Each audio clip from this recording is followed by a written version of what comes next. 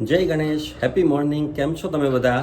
આજે આપણે ચર્ચા કરીશું કે શું દીકરાઓ ખરેખર મા બાપ માટે ઘડપણની લાકડી સ્વરૂપ છે? અને જ્યારે બે દીકરાઓ હોય ત્યારે એવું કહેવાય છે કે રામ લક્ષ્મણની જોડી. તો શું એ સંજોગોમાં મોટો દીકરો એ રામ સ્વરૂપ અને તેની પત્ની એ સીતા માતાની માફક ત્યાગની મૂર્તિ છે? આ ચર્ચા કરવાનો મને એટલા માટે વિચાર આવ્યો કે હમણાં જ મારી પાસે કાઉન્સેલિંગમાં બે કિસ્સા આવ્યા, જેમાં એક કિસ્સામાં દીકરાઓની ઉંમર હતી 30 વર્ષ અને મા બાપની ઉંમર હતી 55 વર્ષ, અને બીજા કિસ્સામાં દીકરાઓની ઉંમર હતી 50 વર્ષ અને મા બાપની ઉંમર હતી 80 વર્ષ. ઉંમર હું એટલા માટે ક્લેરિફાય કરું છું કે આ જે મુદ્દો છે એમાં કોઈ જનરેશનના કારણે ફરક પડ્યો છે અથવા તો સમય બદલાયો છે એવું નથી. જનરેશન ગમે તે હોય, ઉંમર ગમે તે હોય, જે સ્વભાવ છે, જે માઇન્ડસેટ છે અથવા જે પરિસ્થિતિ છે એને આપણી લાગણીઓ જોડે કનેક્શન છે, નહીં કે ઉંમર જોડે. હવે આપણે વિગત પર આવીએ તો આ મુદ્દા ઉપર 1983માં રાજેશ ખન્ના અને શબાના આઝમીનું અવતાર મૂવી બન્યું હતું.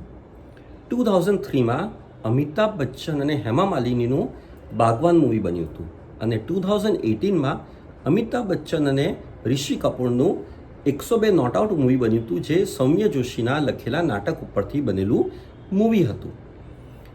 તો મા બાપ પોતાના પેટે પાટા બાંધીને પોતાની જે પણ આવક હોય કે નોકરી હોય કે ધંધો હોય એમાં પોતે ત્યાગ કરીને પોતાની ઈચ્છાઓને મારીને પોતાના બાળકોના લાલન પાલન, એમના એજ્યુકેશન માટે ખર્ચો કરે છે, સમય ફાળવે છે અને બધી લાગણીઓ વ્યક્ત કરે છે. એવું કહેવાય છે એ તો મા બાપની ફરજ છે. અગ્રીડ, મા બાપની ફરજ છે, બરાબર, એટલે એ લોકો કરે. પણ એની સામે દીકરાઓની પણ ફરજ છે કે મા બાપના ઘડપણમાં એ લોકોની લાકડી, એ લોકોનો ટેકો લાકડી બની રહે. તો દીકરાએ પણ મા બાપના ઘડપણમાં પોતાની ફરજમાંથી ચૂકવાનું હોય નહીં. પણ અત્યારે આપણે જે કહીએ છીએ કે ઘોર કળિયુગ આવી રહ્યો છે, કળિયુગની પરાકાષ્ઠા એવી દેખાઈ રહી છે કે દીકરાઓ પોતાની ફરજમાંથી મોઢું ફેરવી લે છે. અને એવું પણ પુરવાર થયું છે કે મોટા દીકરા કરતાં નાના દીકરામાં ત્યાગ વૃત્તિ, મા બાપ પ્રત્યેની લાગણી વધારે હોય છે. અગેન હું એ જ કહીશ કે આ વ્યક્તિએ ડિફર થાય છે, એને કોઈ જ ઉંમર સાથે કે કોઈ વ્યક્તિ સાથે કોઈ નિસ્બત નથી. બીજું એ કહીશ કે આપણે બાગવાન મૂવીમાં જોયું હતું કે અમિતાભ બચ્ચન અને હેમા માલિની બે અલગ અલગ દીકરાઓને ત્યાં રહેતા હતા, અલગ અલગ મહિનાઓમાં, ને પછી એકબીજાને ત્યાં જતા હતા. અહીંયા એવું હતું કે મા બાપ એક દીકરાને ત્યાં જોડે જ રહેતા હતા, પછી બીજા દીકરાને ત્યાં એ પણ જોડે જ રહેતા હતા. પણ એમાં પણ નક્કી કે ભાઈ 6 મહિના એક દીકરાને ત્યાં, 6 મહિના બીજા દીકરાને ત્યાં, 9 મહિના એક દીકરાને ત્યાં, 3 મહિના બીજા દીકરાને ત્યાં, અથવા 8 મહિના, 4 મહિના.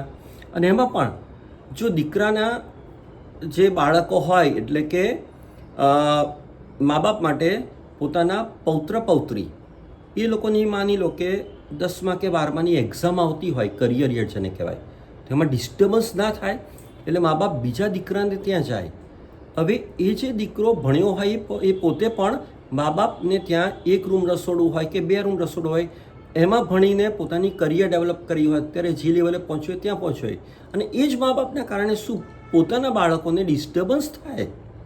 એવું હોઈ શકે? બીજું કે અમુક કેસમાં એવું પણ હોય છે કે જે મેં કીધું 6 મહિના, 6 મહિના, 8 મહિના, 4 મહિના, 9 મહિના, 3 મહિના, એમાં એક દિવસનો હિસાબ પણ રાખવામાં આવે છે કે બે એક દીકરાને ત્યાં આટલા મહિના કે આટલા દિવસ રહ્યા, તો સેમ એટલા મહિના કે એટલા દિવસ બીજા દીકરાને ત્યાં રહેવાનું. એમાં પણ જો થોડું આઘું પાછું થયું તે પછી એડજસ્ટ કરી લેવાનું નેક્સ્ટ ટાઈમ રહેવા આવે ત્યારે. શું આવો હિસાબ હોય? સંબંધ હોય ત્યાં હિસાબ ના હોય, અને જો હિસાબ હોય ત્યાં સંબંધ ના હોય. અને મેં જે હમણાં 3 મૂવીના નામ દીધા, એ ત્રણેય મૂવીમાં એક વસ્તુ કોમન હતી કે દીકરાઓ પોતાની ફરજમાંથી ચૂકી ગયા એટલે મા બાપે પણ એ ત્રણેય મૂવીમાં દીકરાઓને પોતાની મિલકતમાંથી પોતાના વારસામાંથી બાકાત કરી દીધા હતા. શું એકચ્યુઅલ લાઈફમાં મા બાપ આવું કરી શકે છે? કરવું જોઈએ? ઓબ્વિયસલી કરવું જ જોઈએ કે જ્યારે દીકરા લાગણી ના રાખતા હોય, હિસાબ રાખતા હોય, તો મા બાપે પણ એ પ્રમાણે હિસાબ રાખવો જ જોઈએ. સ્વસ્થ રહો, મસ્ત રહો, તંદુરસ્ત રહો.